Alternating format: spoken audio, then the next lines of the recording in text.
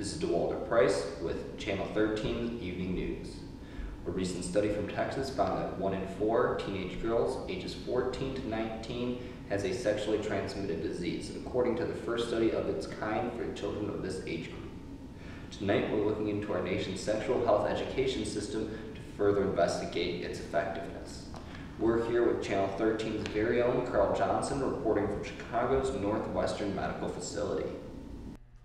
A majority of Chicago schools implement scare tactics and spreading this in place of teaching basic sex and health information. According to a report released on Chicago Tribune on Wednesday, the Fort Worth Star-Telegram reports had a 2-year study of 990 school districts.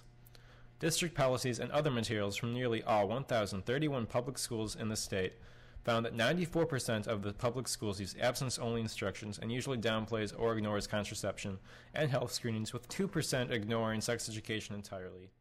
A recent study from the Center of Disease Control has shown that Chicago is a primary place where STDs are a burden. 1 in 4 teenagers are suffering from STDs. I'm here at this high school to see what they know about abstinence, prevention, and washing your hands. If you were to compare the two, which one did you say they put more focus on? Being tidy, cleanliness and stuff. Does your school take precautions for washing hands? What? Does your school take precautions for washing hands? Yes. People wash their hands after they use the restroom, and we have soap and water and paper towels. What do you guys know about the importance of washing your hands? It cleans the bacteria off your hands, I guess, and it's healthier. You're not supposed to use antibacterial soap because it kills only 99.9%, but that's not true. I mean, it is true, but that 1.1% is going to kill you overall. And some of the bacteria on your hands is actually good for you, something like that. Your school put emphasis on abstinence? Yes, we have classes about it. Yes, they do, and they tell us not to do it. Have sex. You say that's the safest way? To not have sex? Yes. Better than washing your hands?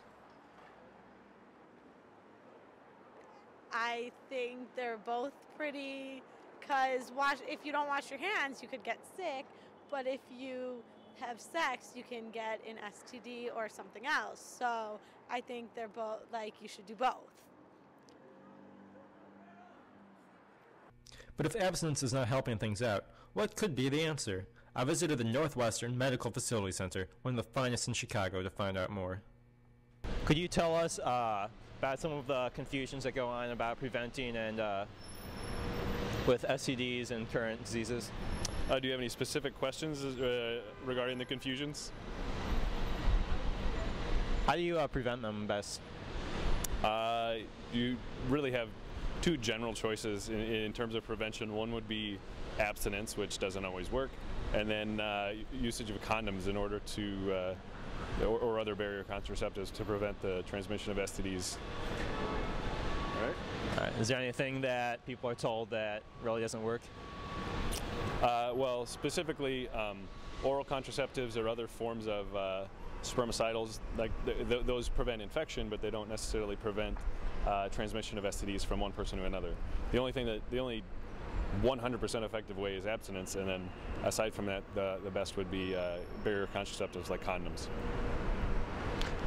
So, with products like Salmonella and E. coli, is there anything that we should avoid? I don't think anybody should eat raw chicken. It's probably a bad idea. And Salmonella and E. coli, eating fully cooked meats is in general the best way to avoid food poisoning forms of Salmonella. When it comes to these situations, we may not always have a cure, but at least we have a prevention. This is Carl Johnson, Channel 13 News. Back to you.